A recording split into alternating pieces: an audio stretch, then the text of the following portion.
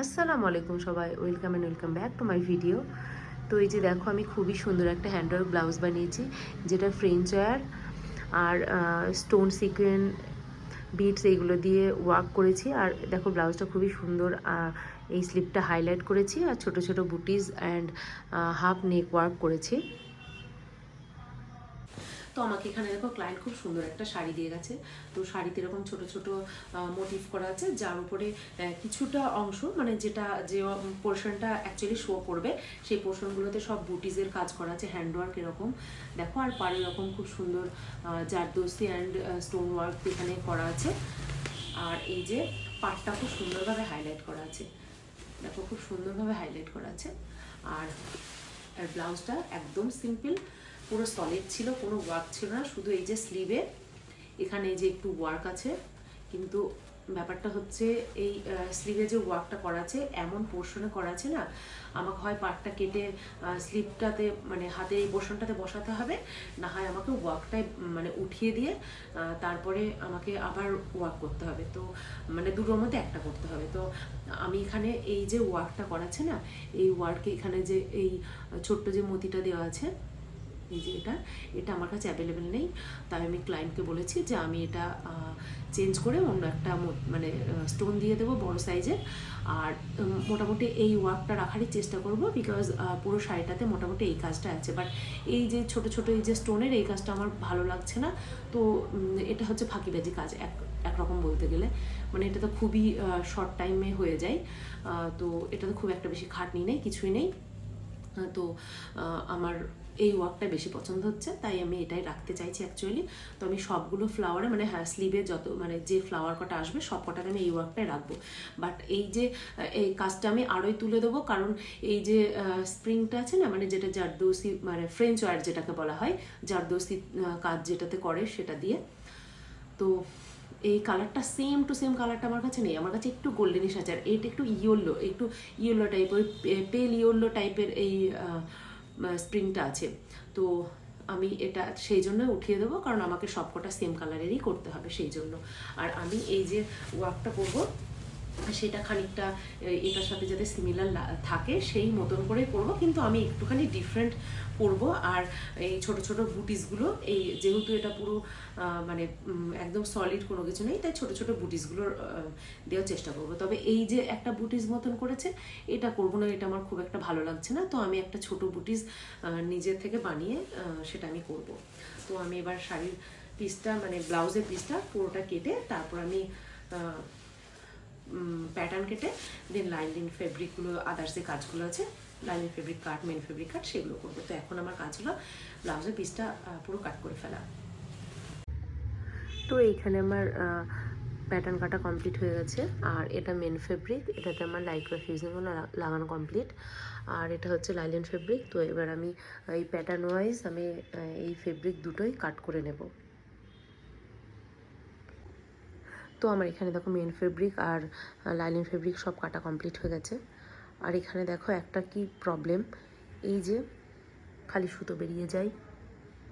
তো এখানে লাইক্রা ফিউজিংটা দেওয়া থাকলে আর এই সুতোটা বার হতো না, কিন্তু এইগুলো কাট পড়ে যাবে বলে আমি দিইনি, ফালতু ওগুলো তো ওয়েস্টই হবে, তো সেই জন্য। আর এখন মানে যারা সেলাইয়ের কাজ করে তারা সবাই জানো, এখন মানে পিওরের মানে 10টা যদি আমরা ব্লাউজ করি তার মধ্যে হার্ডলি 2টো পিওরের পাই, বাকি সব এরকম রকম সব মিক্স কাপড়।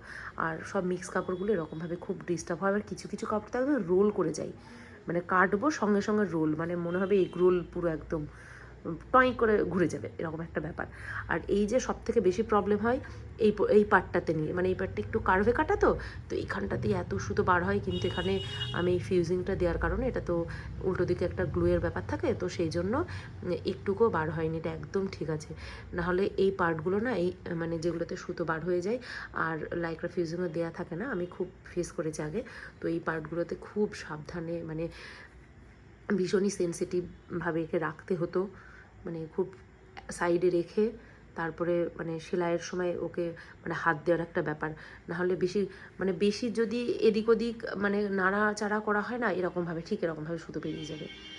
তো যাই হোক, এবার আমি মানে করবো কি, এই পার্টগুলো মানে স্লিভটাতে তো হ্যান্ডওয়ার্ক হবে, তো মানে যতটা স্টিচ করলে আমি হ্যান্ডওয়ার্ক করতে আমার মানে সুবিধা হয়, আমি প্রত্যেকটা পার্ট ততটা অবধি স্টিচ করব, তারপর আমি হ্যান্ডওয়ার্ক স্টার্ট করব। তো আমি ওয়ার্কটা করার জন্য ফ্রেঞ্চ ওয়্যার ইউজ করছি, আর এটা ভীষণ সেন্সিটিভ হয়, খুব হালকা হাতে মানে ইউজ করতে হয়, না হলে না স্প্রিংগুলো পুরো পুরো খুলে যায়। ওটা আমি একবার দেখাচ্ছি, একটা কেমনভাবে একটুখানি টানলে কি হয়ে যায়। তো এটা খুব সাবধানে আমি 1/2 ইঞ্চ আন্দাজে মানে কাজ করতে করতে তো মোটামুটি একরকম ধারণা হয়ে গেছে 1/2 ইঞ্চ কতটা, তো 1/2 ইঞ্চ মতন করে এখানে আমি কাট করে নিচ্ছি।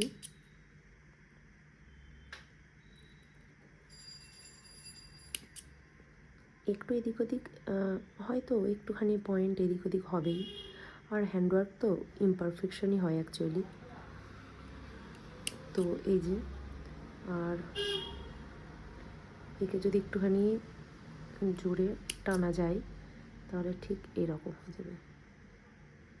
এই যে, একে আর কিছু করা যাবে না, মানে একে আর কিছু করে ঠিক করা যাবে না, এমনি হয়ে যাবে, কিছু করার নেই। সেই জন্য ফ্রেঞ্চ ওয়্যার খুব সাবধানে ইউজ করতে হয়। আর সাধারণত আমি পনি 9 দিয়ে সব বিটসগুলো, মানে পনি 9 যে শুজটা আছে আমি দেখাচ্ছি, এটা এটা হচ্ছে পনি 9 শুজ, এটা আমি সাধারণত ইউজ করে থাকি, বাট এই ফ্রেঞ্চ ওয়্যারের জন্য ওটা কাজ লাগছে না, আমাকে পনি 10টা নিতে হয়েছে। আর এটা একটু বেশি সরু, দেখো একটুখানি কাজ করাতেই কেমন বাঁকাও হয়ে গেছে, খুবই সরু এটা, নাহলে ফ্রেঞ্চ ওয়্যারের মধ্যে দিয়ে যাবে না। আবার পনি 11, 12ও আছে, সেগুলো আরও বেশি সরু, মানে কতটা, এই দেখো কতটা ফ্লেক্সিবল এটা আর নরম। তো এটা দিয়েই কাজ করছি, না হলে প্রবলেম হবে।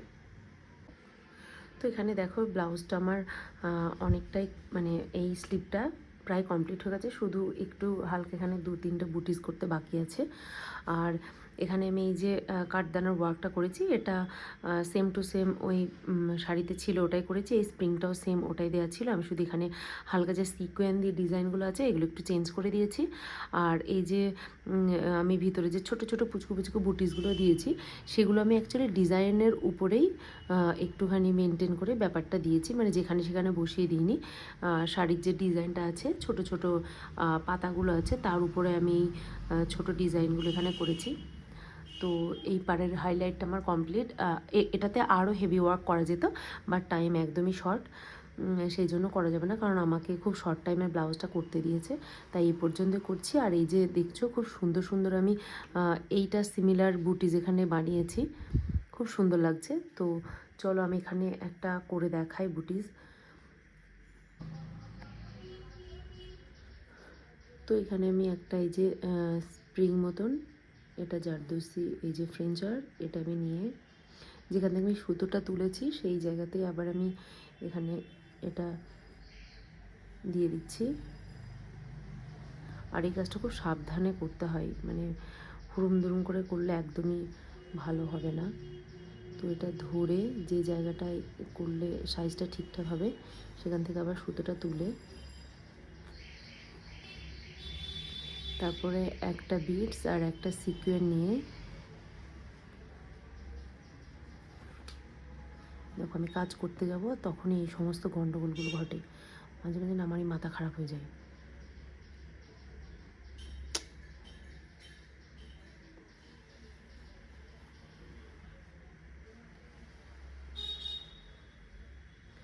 তো এরকমভাবে আর একটাও তুলে নেব।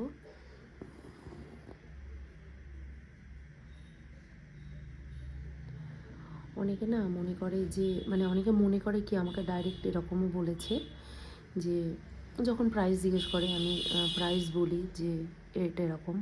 তো যারা হ্যান্ডক্রাফটের ব্যাপারে জানো, হ্যান্ডওয়ার্কের জিনিস পড়ো, তারা জানো অ্যাকচুয়ালি হ্যান্ডক্রাফটেড জিনিসের দাম একটু বেশি হয়।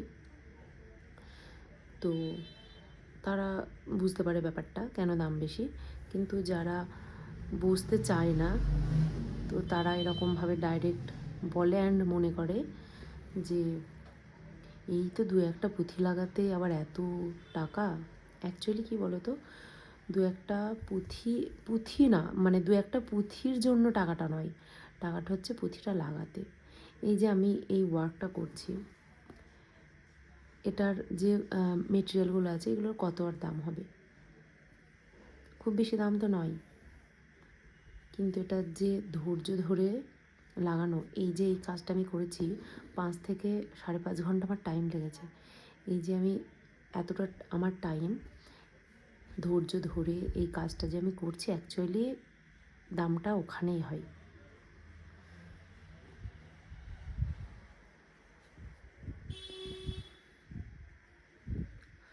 তো এরকমভাবে আমি সব কটা বুটিস এখানে আমি কমপ্লিট করে নেব। তো তারপরে এই স্লিপটা হয়ে গিয়ে দিয়ে আমি আরেকটা স্লিভ আমি করে নেব। তো এখানে আমার দেখো স্লিভ কমপ্লিট হয়ে গেছে, আমার এখানে ব্যাকও পুরো ফুল কমপ্লিট হয়ে গেছে। আমি এখানে শোল্ডার জয়েনও করে নিয়েছি। তো এখন আমি শুধুমাত্র এই ফ্রন্টের রাইট সাইডটাতে ওয়ার্ক করব, কারণ এই পাশটা আঁচল দিয়ে তো ঢাকায় থাকবে, সেই জন্য করবো না, আমি শুধু একটা পাশ করব। তো এখানে আমি তো মোটামুটি সব রকম আমার হয়ে গেছে, শুধু এই মানে এই ডিজাইনটা করে, মানে এখানে যে ডিজাইনটা করব সেটা করে আর স্লিভস জয়েন করে দেন আমি ব্লাউজটা কমপ্লিট করে দেবো। আর টাইম একদমই কম, এখন মোটামুটি প্রায় 3টে বাজতে যাই দুপুর, আর এটা মোটামুটি সন্ধ্যাবেলাতে নেবে, তো আমাকে খুবই তাড়াহুড়ো করে এখন করতে হবে। তো আমি পুরো ওয়ার্কটা করে তারপর আমি ফাইনাল লুক ব্লাউজে দেখাচ্ছি। তো ফাইনালি এখানে দেখো ব্লাউজটা পুরো রেডি হয়ে গেছে। তো আমি এই যে এক সাইডে এখানে এই যে নেকলাইনে সেম এরকম টাইপেরই ছোটো ছোটো এই যে স্প্রিং ওয়্যারগুলো দিয়ে ওয়ার্ক করেছি, আর এখানে এই যে কাঠদানা দিয়ে একদম একটা বর্ডার মতন করেছি। আর এটা দেখো আমি এটা না নর্মাল নিডেল দিয়ে করেছি, কিন্তু খুবই সুন্দর ফিনিশিং হয়েছে, মানে আরি ওয়ার্কের কাজগুলো যেরকম হয় সেরকমই দেখতে হয়েছে। তো এটা ছিল ফ্রন্ট পার্ট। আর ওই তো আমি বললাম আগেই যে এই পার্টটা পুরো আঁচল দিয়ে ঢাকা থাকবে, তো এই পার্টে ওয়ার্ক করে নিই। অ্যাকচুয়ালি এটা ক্লায়েন্টের সাথে কথা বলে নিয়ে তারপর আমি করেছি, কারণ সময় একদমই কম, দুই সাইডে করার টাইম আমার হবে না। আর ক্লায়েন্টের আজকেই চাই একটু পরে আনতে আসবে, তাই জন্য আমি এক সাইডেই করে দিয়েছি। আর এই যে স্লিপটা দেখো, খুবই প্রিটি লাগছে স্লিপটা দেখতে, খুব সুন্দর লাগছে। শর্ট টাইমের মধ্যে করেছি কিন্তু দারুণ হয়েছে ব্লাউজটা। আর এটা ছিল ব্লাউজের ব্যাকপার্টটা একদমই সিম্পল, জাস্ট ওই ছোটো বুটিসগুলো করেছি। আর ক্লায়েন্ট যিনি ছিলেন উনি একটু হেলদি ছিলেন, আর আমার এই যে ডামিটা খুবই লুজ হচ্ছিলো, তো সেই জন্য আমাকে একটুখানি পিন দিয়ে সেট করে নিতে হয়েছে। তো এটা ছিল ব্যাক সাইড। তো তোমরা যদি এরকম বা ডিফারেন্ট কোনো ব্লাউজ আমার কাছে বানিয়ে নিতে চাও, অবশ্যই ইনস্টাগ্রাম বা ফেসবুকে যোগাযোগ করো। আর ব্লাউজটা কেমন লেগেছে অবশ্যই কমেন্ট করে জানিও। ভালো থেকো সবাই, টাটা, বাই।